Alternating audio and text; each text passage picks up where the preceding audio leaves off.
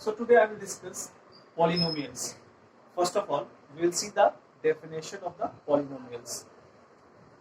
Basically, polynomials consist of two different words, poly and nomials. Poly stands for more than one. Nomials stands for terms.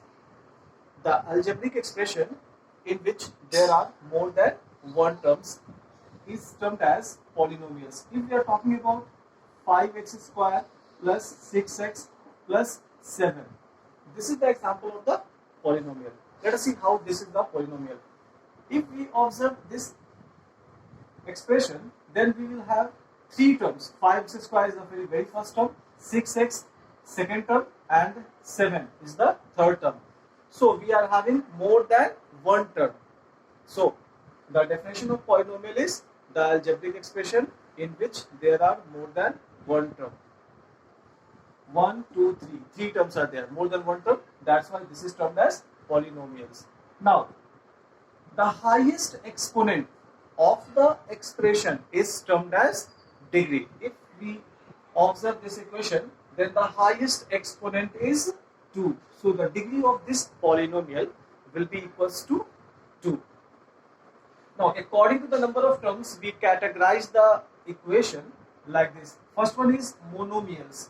Monomials. The algebraic expression in which there is only single term, like minus 5x square.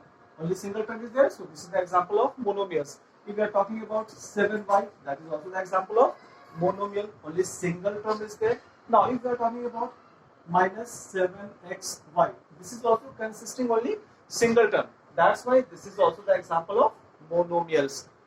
Now, the algebraic expression which consists of two terms is termed as binomials.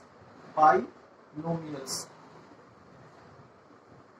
For example, minus 7x square plus 5x. Here we can observe that this expression, this algebraic equation consists of two terms, minus 7x square and plus 5x. There are two terms. That's why this type of expression is termed as binomials. Another example we can take, minus 7y square plus 5y is also the example of binomials.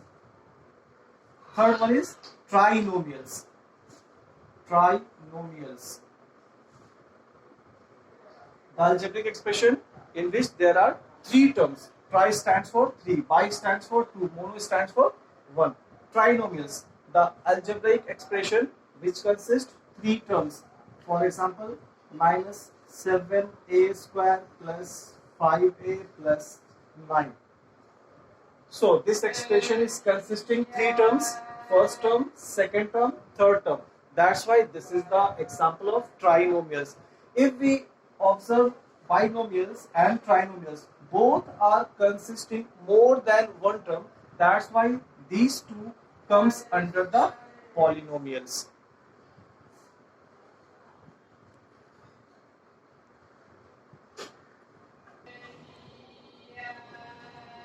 Now, according to the degree, we categorize the equation like linear equation, quadratic equation, cubic equation, and biquadratic equation. The algebraic expression in which the value of degree equals to 1 is termed as linear polynomial. For example, 5x plus 7. So here degree is equals to 1. X is having x is having the degree 1. That's why this is termed as linear polynomial. Second one is quadratic. The polynomial in which the value of degree equals to 2. For example, 5y square plus 7y minus 9. Here we can observe that the value of degree is equals to 2. That's why it is termed as quadratic polynomial. Third one is cubic. The equation or the polynomial in which the value of degree equals to 3. For example, 3y cube minus 7y square plus 7y minus 8 is termed as cubic polynomial because the value of degree equals to 3. Biquadratic polynomial. The polynomial in which the value of degree equals to 4. For example, 7x to the power 4 minus 3x to the power 3 plus 2x to the power 2 plus 9x minus 8. So let us see from the beginning. Linear polynomial in which value of degree is equals to 1. Quadratic degree, the value of degree must be equals to 2. Cubic, the value of degree of the equation will be equals to 3. In biquadratic, the value of degree must be equals to 4.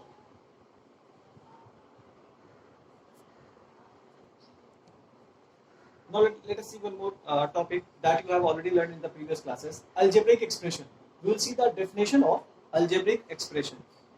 The algebraic expression is the combination of variables, constant along with the arithmetical operators. For example, 5y square plus 9y minus 8. If we are talking about this expression, then this is termed as algebraic equation, in which we can write here whole equation must be equals to 0. 5y square plus 9y minus 8 is equals to 0. This is the example of algebraic equation. It is the combination of variables. Here y square and this y, both are the variable terms. Constant 5, 9 and minus 8. All these three are the constant along with the arithmetical operators like plus, minus. All these are the arithmetical operators. So algebraic expression on equation is the combination of variables, constant along with the arithmetical operators.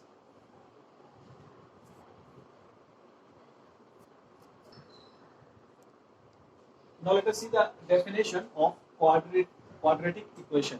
The equation which is in the form of ax square plus bx plus c equals to 0 is termed as quadratic equation, where a, b and c are the real numbers and the value of a should not be equals to 0. This type of equation is termed as quadratic equation. Once again I am repeating the definition.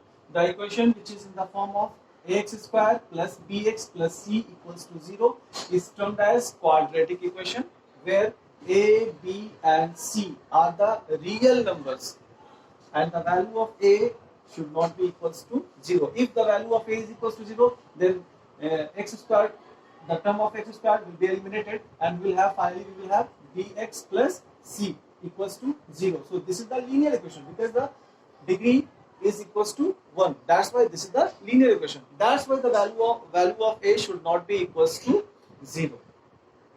So let us see. Beside that, we have to learn one more thing that is the most important thing, that is termed as zeros of the equation of polynomials. Zeros of the quadratic equation. Let us see the definition of the zeros of the quadratic equation or any expression. A real number k is said to be the zeros of the equation px. Again I am repeating, a real number k is said to be the zero of equation px such that pk is equals to 0.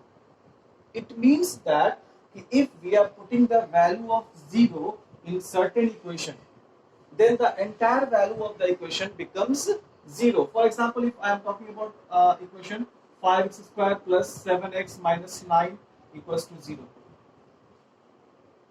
If suppose k is the 0 of this equation, then if we are putting the value of k on the place of x, then the entire value of the equation becomes 0.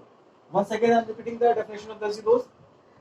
A real number k is said to be the zero of polynomial px such that pk is equals to 0. If we are talking about the quadratic equation, a quadratic equation will have two zeros.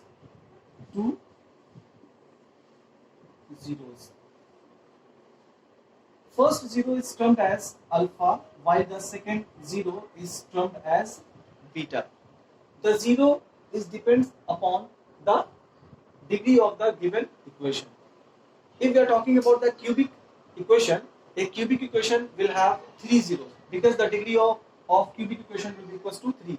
If we are talking about the biquadratic equation, like 9x to the power 4 minus 7x to the power 3 plus 5x square plus 9 equals to 0. This is biquadratic equation. This must have 4 zeros. So here, if we are talking about the quadratic equation, it will have 2 zeros. First 0 is termed as alpha, while the second 0 is termed as beta. Now, there are two types of relationship between these two zeros. The first type of relationship is termed as sum of zeros. Sum of zeros. First 0 is alpha, second 0 is beta. Now we are putting plus. So this is termed as sum of zeros. The sum of zeros is always equals to minus b upon a. Here b is the coefficient of x. A is the coefficient of x square. Now second type of relationship is termed as product of zeros, means alpha multiplied by beta is always equals to c upon a. So we are having two types of relationship. First one is termed as sum of zeros, means alpha plus beta, that will be equals to minus p upon a. Second type of relationship is alpha into beta, that is equals to c upon a. Sometime we may have both the zeros of the quadratic equation, alpha and beta, both are given. On the basis of that, we have to form the quadratic equation. So let us see how to form the quadratic equation on the basis of two zeros, alpha and beta. For that, we have to use the formula x square minus alpha plus beta into x plus alpha into beta equals to 0. If the value of alpha and beta both are given, means both the zeros are given, then we can find out the quadratic equation by using the formula x square minus alpha plus beta into x plus alpha into beta equals to 0. Means we have to put the value of alpha here and beta here, alpha here and beta here. In this way, we can find out the quadratic equation.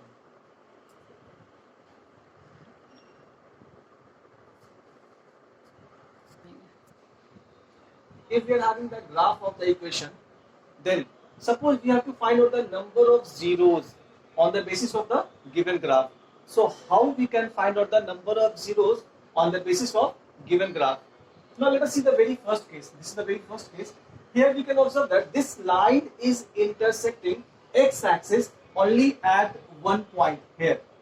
So number of 0 in this case will be equals to 1. In the second case,